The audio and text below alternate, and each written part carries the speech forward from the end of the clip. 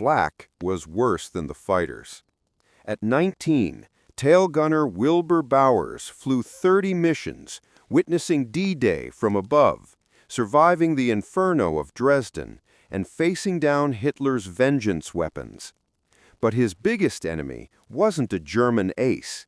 It was the indiscriminate shrapnel that turned the sky into a hell he had to fly straight through. This is his... For 33 months, beginning in 1942, the U.S. 8th Air Force and its precision daylight bombing strikes against German targets in Europe tried to pound the Third Reich into submission. Attacking the enemy's transportation networks, arms factories, cities, fuel depots, ball bearing plants, and power stations with consolidated B-24 Liberator and Boeing B-17 Flying Fortress heavy bombers, the air assault seriously crippled Germany's industrial capabilities, making the job for Allied ground forces considerably easier when the country was finally overrun and the Nazis surrendered in May 1945. But the air effort came with a staggering cost to the Americans who flew those missions. German fighter planes such as the Messerschmitt Me-109 and Focke-Wulf FW-190, along with the ever-present nemesis called Flak, killed some 20,000 airmen, wounded another 9,300, and resulted in 26,000 being taken prisoners of war. As one historian noted, pinpoint daylight bombing was a high-stakes crapshoot, but it did alter the course of the war against Germany.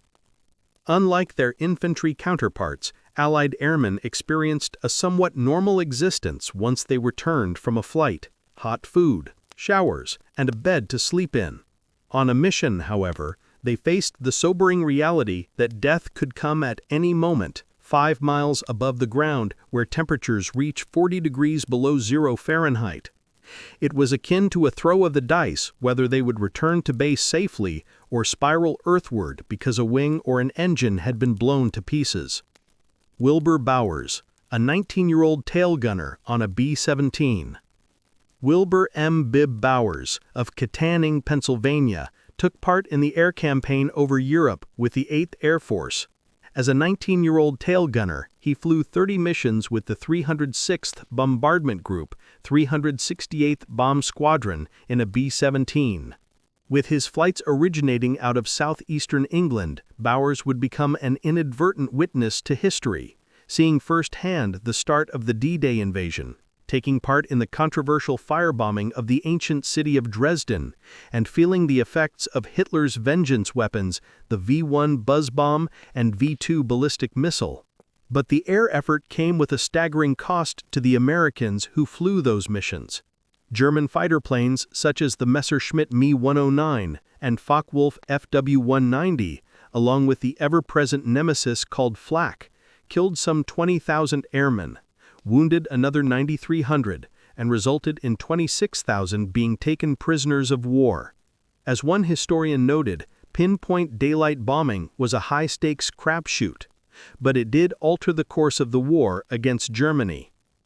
Unlike their infantry counterparts, Allied airmen experienced a somewhat normal existence once they returned from a flight, hot food, showers, and a bed to sleep in. On a mission, however, they faced the sobering reality that death could come at any moment, 5 miles above the ground where temperatures reach 40 degrees below 0 Fahrenheit. It was akin to a throw of the dice whether they would return to base safely or spiral earthward because a wing or an engine had been blown to pieces. Wilbur Bowers, a 19-year-old tail gunner on a B-17. Wilbur M. Bib Bowers of Kittanning, Pennsylvania, took part in the air campaign over Europe with the 8th Air Force. As a 19-year-old tail gunner, he flew 30 missions with the 306th Bombardment Group, 368th Bomb Squadron in a B-17.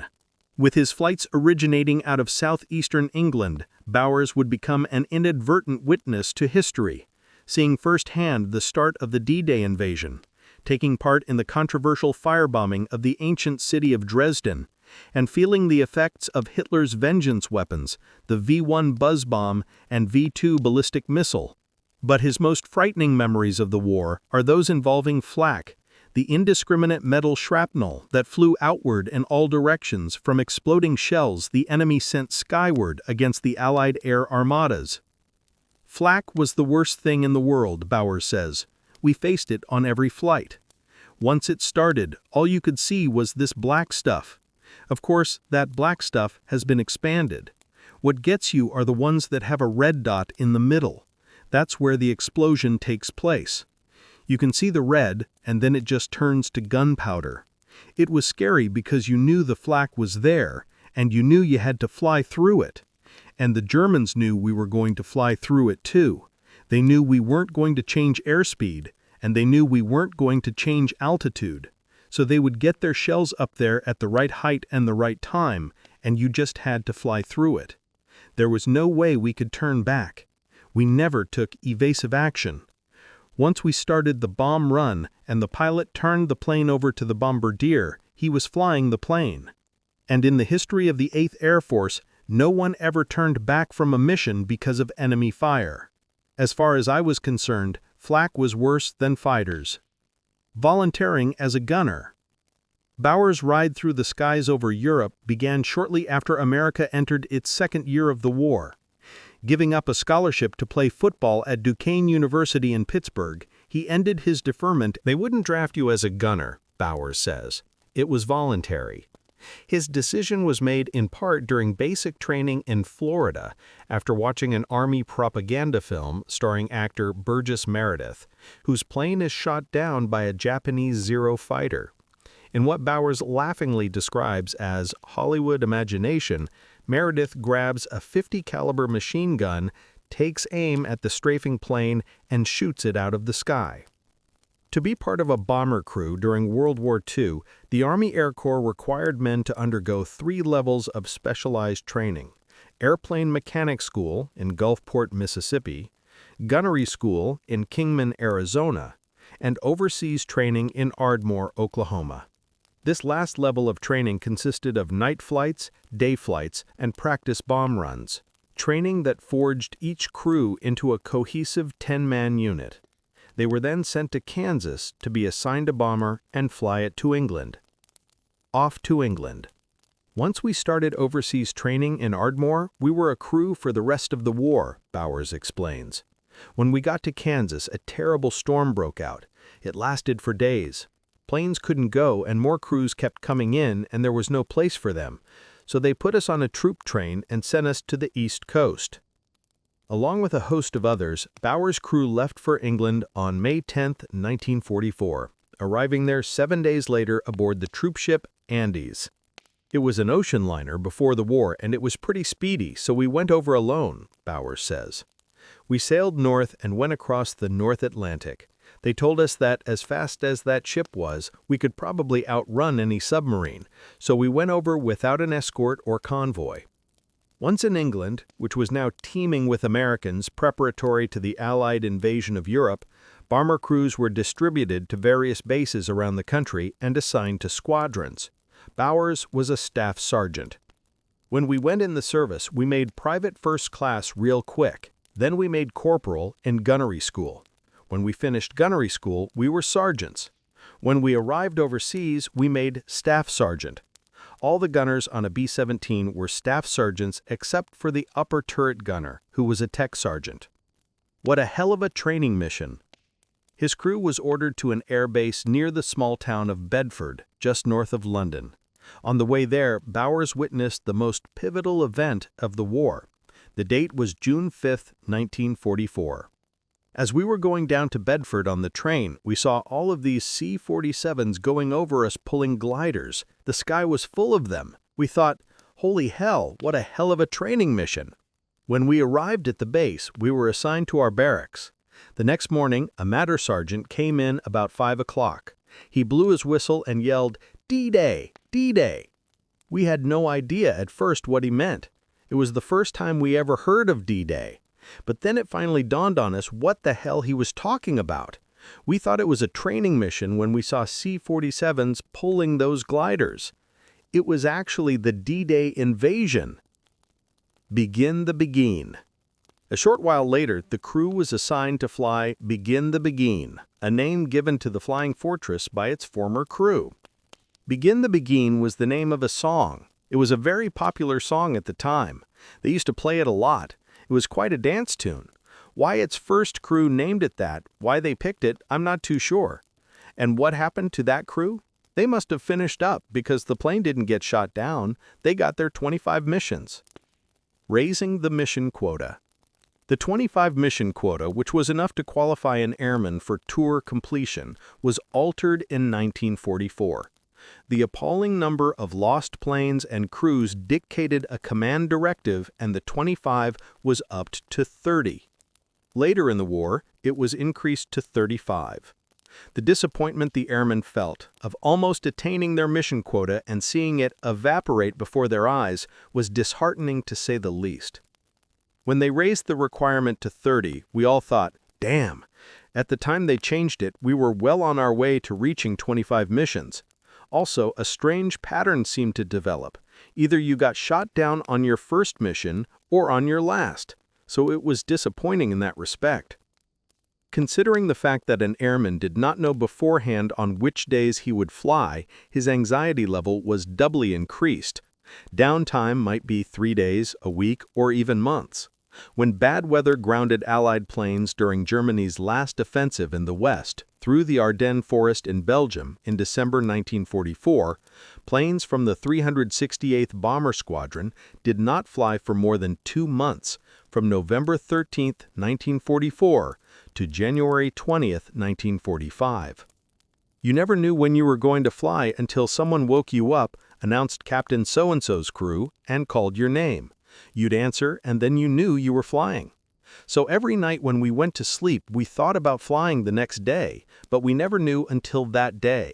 And it's a strange thing. You didn't necessarily want to fly because you could get killed.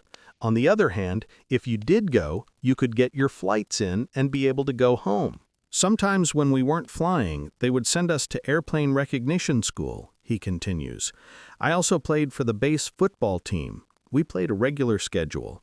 If I didn't happen to be flying that day, we might have a game. Other times they would give us leave, a 3-day pass. Then we knew that for 3 days we could go to London or into Bedford. A lot of times we didn't go into town. On base were 2 Quonset huts set up in the shape of a T. One Quonset hut was a bar heated by 3 55-gallon drums. The other hut held a library and recreation area for NCOs. Everything we needed was right there. But otherwise, every night we went to sleep, and when the sergeant blew that whistle, we woke up. If he called your name, you flew. And if he didn't call your name, you went back to sleep. Bowers meets Hitler's revenge weapons. When airmen did find their way into Bedford, the pubs were a common gathering place. Although worst men were not used to the warm beer served there, Bowers says with a laugh that it was potent. It would do the job, he says. London, on the other hand, despite its allure, was a more dangerous place to visit than small-town Bedford because of Hitler's obsession with leveling the British capital. Bowers says he was in London when he experienced the terror of Germany's V-1 flying bomb and its V-2 rocket. Called a buzz bomb by the British because of its distinctive noise, the V-1 was a pilotless craft comparable to today's cruise missile. It was loaded with explosives and traveled through the air at 400 miles per hour. During the war, approximately 8,000 were sent toward London. Since a V-1 flight was both visible and audible, anti-aircraft crews and RAF fighter pilots became somewhat proficient at knocking them out of the sky, but an estimated 2,400 did reach their targets. Although they killed some 6,000 Londoners and wounded another 40,000, they did not wreak the havoc or cause the panic that Hitler hoped they would. Seeing one in flight remains fixed in Bowers' memory. I was at the Red Cross building in London. It was morning, and I was shaving. I had an outside window, and I looked out, and there it was. I could see it. It made this strange put, put, put noise, and then it quit. Well, when they quit, they either drop straight down or they glide down. I'm looking at this thing, and it quit, and it was gliding. Fortunately, it went on past us and hit somewhere else. The V-2 rocket, however, was quite a different weapon. The forerunner of today's long-range ballistic missile, it was fueled by liquid oxygen, which allowed it to fly at extremely high altitude. Since there was no way to defend against it, the V-2 was a much more menacing weapon to Londoners than the V-1.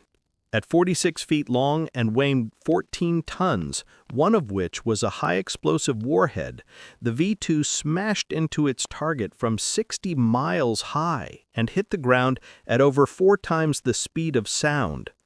Although they destroyed hundreds of buildings and caused thousands of casualties, they did not alter the course of the war either. Feeling its impact left a lasting impression on Bowers. "I happened to be in London another time when a V-2 hit. You can't hear or see anything. Again, I was going into the Red Cross, which was a rather large building, and I had just gotten hold of the door when a V-2 hit. Because the rocket was so large, the whole building shook, and I mean it shook. I'm not too sure how far away it hit. It could have been quite a ways away. So London," he laughs, "wasn't the best place to go for leave." Preparing for 10-hour missions. Aside from London, a far deadlier place for men of the 8th Air Force was in the air on a 10-hour mission deep inside enemy territory. To be a gunner on a B-17, to be awakened with a blow of a whistle and have your name called, meant that a long and dangerous day was in store. The first thing a gunner did was head to the mess hall for breakfast. A typical meal, Bowers says, was pancakes, scrambled eggs, sausage, toast, and coffee. It was followed by a morning briefing. Pilots had their own, as did navigators, bombardiers, radio men, and gunners. He explained the type of flak guns we could expect, the kind of fighters, the weather, what we were going to bomb and why, the takeoff time and ETA to bomb target. The gear of the B-17 bomber crews. Following this briefing, a gunner assembled his gear. Since the planes were not pressurized and flew at such high altitudes, airmen wore electrically heated suits because of the sub-zero temperatures. Everybody had their own bag, which held our wool socks, underwear, and a heated electrical suit. Our shoes would hook to the legs. Everything on this suit hooked together, even the gloves, and we plugged it into an outlet on the plane. When we flew at high altitudes, you couldn't take your gloves off to touch the guns because your hands would stick to them. We always took along K rations or C rations on missions, but we couldn't eat them until we dropped down low enough and they thawed out. Also in the airman's bag was a parachute, parachute harness, flak helmet, life preserver, goggles, throat microphone, oxygen mask, and a .45 caliber semi-automatic pistol. It also held an escape kit that contained a silk scarf imprinted with a map of the plane's destination, money that corresponded to the country the plane flew over, and an escape picture to aid friendly forces that forged identification papers in case the plane was shot down and the airmen survived. The escape picture was similar to those you'd have taken at an arcade booth, the same size. They gave us a shirt, tie, and coat and took our picture. The underground in France could manufacture a lot of fake documents, but they didn't have the ability to take a picture, so we carried this escape picture in case we were shot down. For obvious reasons, the flak helmet was a valuable asset to airmen, but often the men found another use for it. "I puked in it more than once," Bowers says. "Of course, up there it froze. That was okay, but when you came down and landed, that stuff thawed out. Then it was bad. When you're in the tail, it's going up and down, up and down. It's not the smoothest spot to be in because you're right at the end of that damn plane, and every time there's a maneuver or turbulence, you feel it pretty quick." Maximizing on firepower. With his gear assembled, a gunner's next stop was the weapons tent. Bowers says the working parts of a gun were never left on the plane after a mission because they had to be cleaned and serviced. For every person in the air, it took 7 on the ground to support him. Maintenance of the bombers was a big challenge. The mounts were all still in the plane, he explains, but the guts were in the armament tent. We didn't have to clean them or anything. The armorer took care of that. We would get our guns, put them together into the mounts, set the headspace, and put the backplate on. Cartridges for his twin 50-caliber Browning machine guns were housed in 2 plywood boxes located on both sides of him on the floor of the plane. For safety purposes, guns were not armed until the plane was airborne. Once we were in the air, the pilot would say, "Okay, test your guns," and we would fire 5 or 6 rounds. The position of guns on a B-17 and the flying formation itself were designed to provide the maximum amount of firepower possible. 10 men manned the plane: pilot, co-pilot, navigator, bombardier, upper turret gunner, radio man, ball turret gunner, 2 waist gunners, and a tail gunner. This made a total of 13 manned machine guns. 3 were located in the nose of the plane where the navigator and bombardier sat. The B-17 box formation. Bowers explains that 4 B-17s routinely flew in a box formation. The lead plane was first. Just to the rear and underneath was another bomber. This was called flying in the hole. There was another bomber situated high right, the right wing man, and another low left, the left wing man.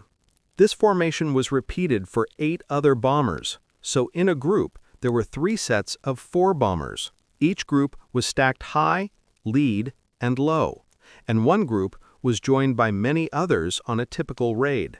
Toward war's end, it wasn't unusual to have 1,000 bombers flying missions into Germany. On some raids, there were bombers as far as I could see, and I could see far being in the tail and being with the lead plane. When we flew a box formation, we were so tight that it really discouraged fighters from hitting us. They really kept away. The tighter the box, the better our fighter protection, and the tighter the formation, the more concentrated our firepower. We flew a very tight formation. You could almost make out the people in the other planes. That's how close we flew. In addition to their devastating firepower, some B-17s were equipped with the Norden bomb sight, a top-secret invention of the time that enabled a plane, as some put it, to drop a bomb inside a pickle barrel. Beguine, the Beguine, was equipped with one. We were the lead crew, and the lead plane always had a Norden bomb sight. The right wing man had a Norden bomb sight, and the other planes may not have had any bomb sight at all.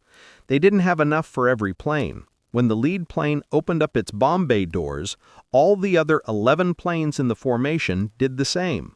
When the lead plane dropped its bombs, all the others dropped their bombs. And if the lead plane got shot down, the right wingman would move in and lead. That's why we'd have 2 planes with bomb sights. As the air war over Europe progressed and tactics were fine-tuned, a directive was issued reducing the number of men on a B-17 from 10 to 9. This was mainly due to the box formation, the close proximity of one bomber to another, and the possibility of the inside waist gunner, called waist gunner mechanic, hitting another bomber with his bullets was considered too dangerous. To avoid this, the waist gunner mechanics were taken off and put into a pool where they were used to form new crews to replace those that were lost. I'll fly the tail. We had 2 waist gunners, waist gunner mechanic and waist gunner armor. I happened to be the waist gunner mechanic on our crew, and I was taken off. So I was off for a few raids, and then our tail gunner quit. He wouldn't fly anymore. He decided that he had it and wouldn't fly. If you wanted out, you could go to the infirmary, see the doctors, talk to them, and tell them that you couldn't take it anymore. That would be it. They'd move them somewhere, preferably off the base. So our tail gunner quit us. Well, I didn't want to be flying with a lot of strange crews. I wanted back on the crew because I knew all the guys and I knew the pilot. We were the lead crew, and the lead crew had to be above average. We all got along great, even though we didn't associate with each other after a raid. When we came down from a mission, the officers would go that way and we'd go this way. We'd never see them again. But when the mission would start, we'd all be back together, and we got along fine. We never had a bad word. We just didn't associate with each other like some of the other crews did. They would go to London together and they were tight, but we never did that. It wasn't because we didn't get along. We got along great when we were flying. So I didn't want to be off that one because it was a good crew. I went to the captain and I said, "I'll fly the tail." He said, "You'll fly back there?" I said, "If it means I get back on the crew, yes." So he went to headquarters and talked to them. He came back and said, "Look, if you want to fly the tail, it's yours. You're back on the crew." Friendly fire catastrophe at St. Lo. Flying in a lead bomber on every mission that he flew, Bowers experienced his first raid into enemy territory on June 11, 1944, 5 days after the Normandy landings. His log shows that Beguine, the Beguine's first few missions were against targets just across the English Channel, including the Pas-de-Calais, where many German officers, Hitler included, thought the cross-channel invasion would take place.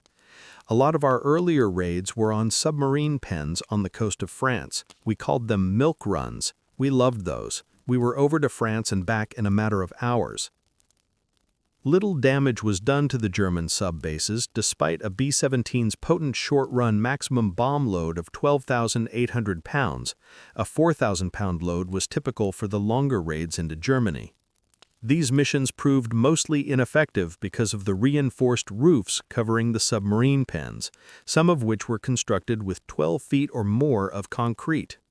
One early mission on which Bowers flew that did gain a lot of notoriety was against St. Lo in Normandy. 3 days prior to the Allied breakout in July, the 8th Air Force was ordered to carpet bomb the German garrison at St. Lo, so on July 24th, 3 waves of bombers set out to do just that. Poor visibility caused the attack to be canceled, but not in time for the planes to be called back. The first wave of 500 heavy bombers did not drop its bombs because of bad weather.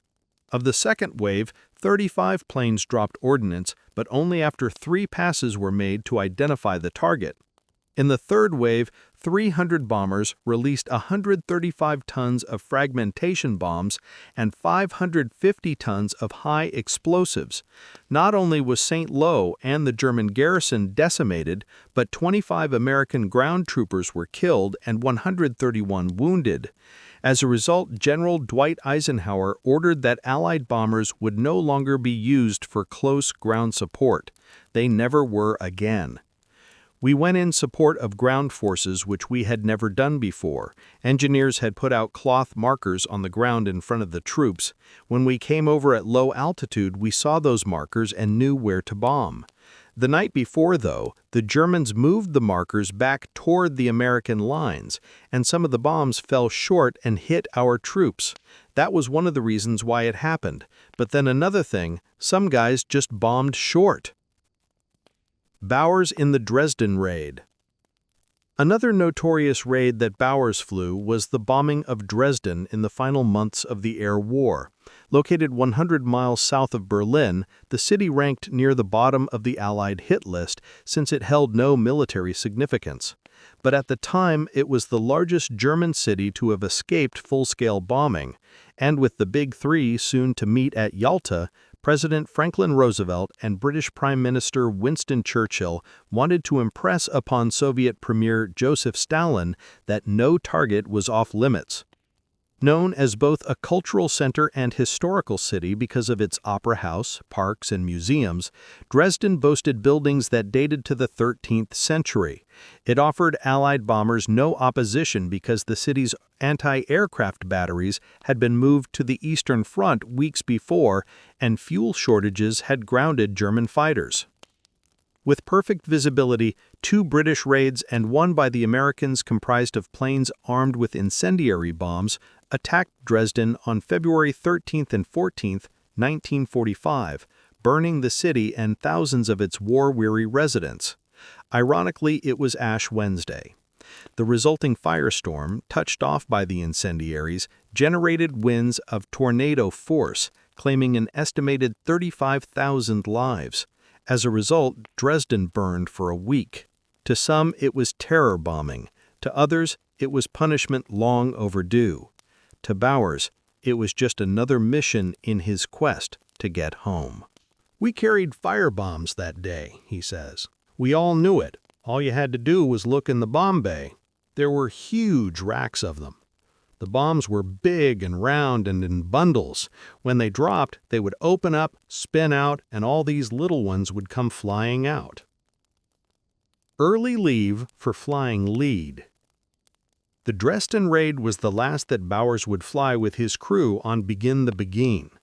The other members had flown their required 30 missions, but he was short 4. Although the mission total by that time had been raised to 35, Bowers says that 30 missions still qualified an airman for tour completion if his crew had flown lead. If you were flying lead, or most of your flights were lead, you only had to fly 30 missions. So when my crew finished up, they had done their 30, but I was still short 4 missions. Well, they were very nice about it at headquarters.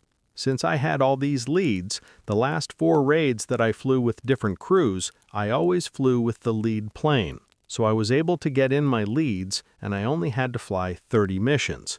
It was pretty nice of them to do that. A half kill for Bowers. It was with one of these new crews, one of the last missions that Bowers flew, that he registered his only kill of the war. I saw these fighters. Of course, I called up right away and alerted the crew, "Unidentified aircraft coming in at 7 o'clock low." So I'm sitting back there in the tail watching them come in, and the pilot said, "Keep your eye on them." At first, I wasn't too sure whether they were our own P-47s coming at me, because a Focke-Wulf 190 and a P-47 look a hell of a lot alike. They both have a round engine. But pretty soon I saw these red spots coming out of the wings. I yelled, "Bandits!" to alert the rest of the crew. One of the fighters was flying a little farther out than the others, and when he got within range, I started firing. I could hear the guys of the crew on my headset yell, "Keep firing! Keep firing! You're getting hits! You're getting hits! Keep firing!"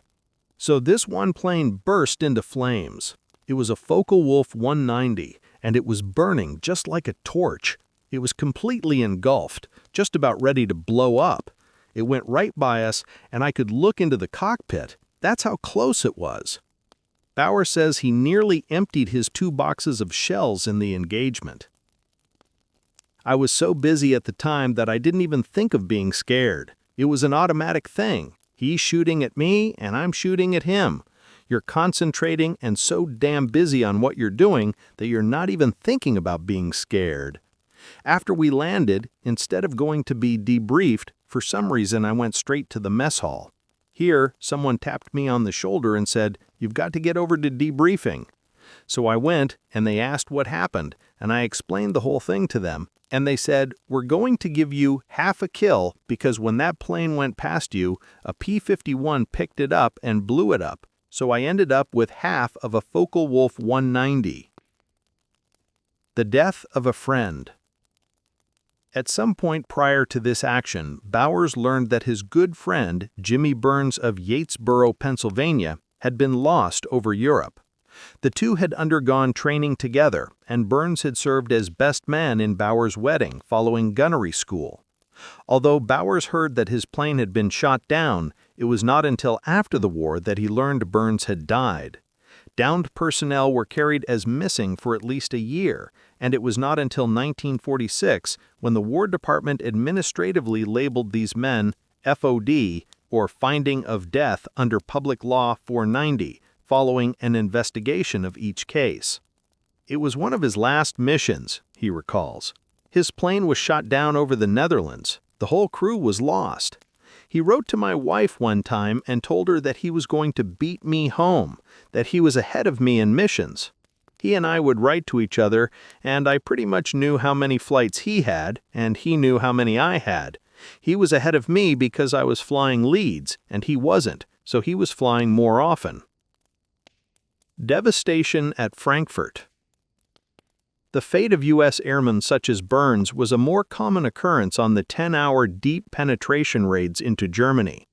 It was on one such flight to Frankfurt, on August 15, 1944, his 12th of the war, that Bowers saw such devastation unleashed on American bombers that it sickens him to describe it. On that particular mission, we were flying at a really high altitude, and there was another group of bombers below us returning from a raid. I looked down and saw this group of Messerschmitt 109s. There must have been 6 or 7 of them coming in at 6 o'clock and lined up in a straight line, like the line on a football team. They went right through that formation, and B-17s were catching on fire and going down. So these fighters go through. I never saw them do this before, and they lined up again. They got ahead of the bombers and made a line again, like the line of a football team, and went back through this formation again. But this time they went in from 12 o'clock. They hit them first from 6 o'clock, went out and reformed, and went right through them again at 12 o'clock. I forget how many planes I saw go down, something like 10, which would probably be 90 men, or if they were flying 10-man crews, it would have been 100 guys. That was the worst thing I ever saw on a mission, and it all happened so fast. Speed is essential in aerial combat. The top speed of a Focke-Wulf FW-190A was 408 miles per hour at high altitude. The top speed of a B-17 was 303 miles per hour at high altitude. But these airspeeds paled in comparison to that of a Messerschmitt Me-262, the war's first operational jet aircraft, whose top speed was 540 miles per hour. When the plane was first developed and put into production, German designers knew they had an aircraft that could alter the war, and it might have. But Hitler ordered it redesigned as a bomber, then reversed himself so late that only a handful operated in the closing months of the war. To airmen on a B-17 flying at cruising speed and seeing one pass by, it seemed as though they were standing still. I saw one of the first ones, he says. We were going in on a raid and our pilot said, "Here it comes." And I can remember looking to my left. I looked over and it was gone. But he wasn't firing at us. I think it was giving anti-aircraft gunners our airspeed and our altitude so they could adjust their guns. He didn't fire at us, but he went through the formation like nothing. That was the first time I had ever seen one, and the last. Thank God they didn't have too many of those. Keeping Beguine the Beguine in the war. Bowers was never injured during the war, although Beguine the Beguine did receive damage from flak at different times. He says maintenance crews never failed to have the plane ready to fly when it was assigned a mission. It was during a raid over Merkwiller, France on August 3, 1944, when flak not only ripped a healthy hole in the plane, but seriously injured one of its crew. Our radio man Erdolf got hit. Flak took his shoulder off. It came right through the skin of the plane, hit him, tore his shoulder off, blew him the whole way across the radio room, and knocked him up against the other side of the room. So our waist gunner was taking care of him. He put him down in the radio room and gave him a shot of morphine and got him going. He called back to me and said, "Bib, how about coming up and taking over? I'm getting sick." So I went up and took care of Erdolf while the waist gunner went back to the tail. I stayed with him, kept his oxygen mask on, and kept him from bleeding to death, and we were just going in on the target. When we got back to base, the medics came out and took him. They told both of us that we'd saved his life.